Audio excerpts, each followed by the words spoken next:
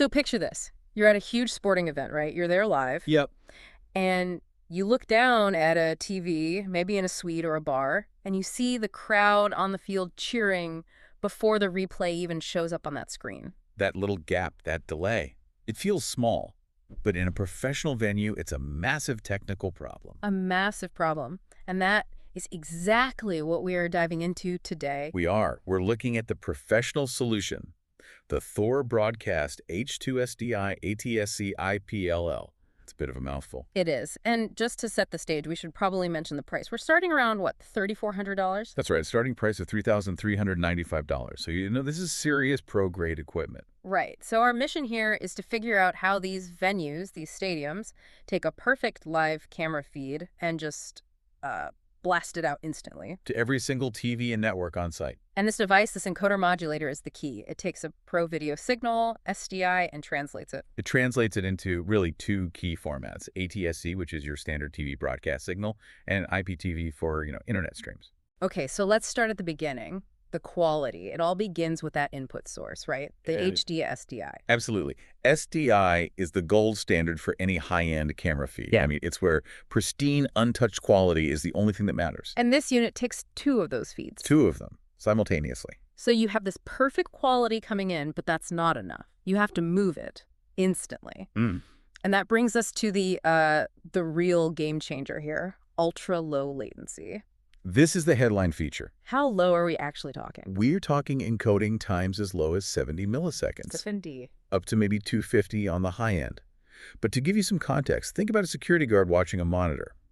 A half-second delay means they're literally reacting to the past. Right. This unit closes that gap. The feed is practically simultaneous with what's on the Jumbotron. It's why it's already in dozens of pro and college stadiums. Okay, I'm still stuck on that speed. But I have to ask, if you have this perfect SDI input, but the output bitrate is capped at 19 megabits per second, are you sacrificing quality for speed? That is a really, really good question. And, the encoding specs are what I'd call a brilliant compromise. How so? It outputs in both MPEG-2 and H.264 codecs. The thing is, by supporting both, it bridges the old broadcast systems with the new.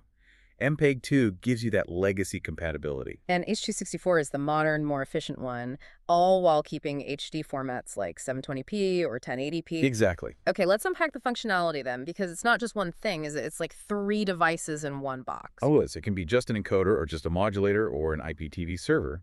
But the key is that it can do all three of those things at the same time. And that's essential for distribution. So it's sending the signal out over ATSC to the TVs. And at the same time is managing all the IPTV streams for the internal network, everything going to what's called the headend.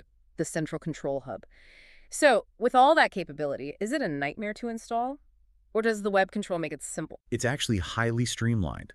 The whole thing is managed through a simple web page on its own network port. It makes setting up and even stacking multiple units surprisingly easy. And I saw it's TAA compliant. Which is huge. It means it meets strict security standards for government or large enterprise use.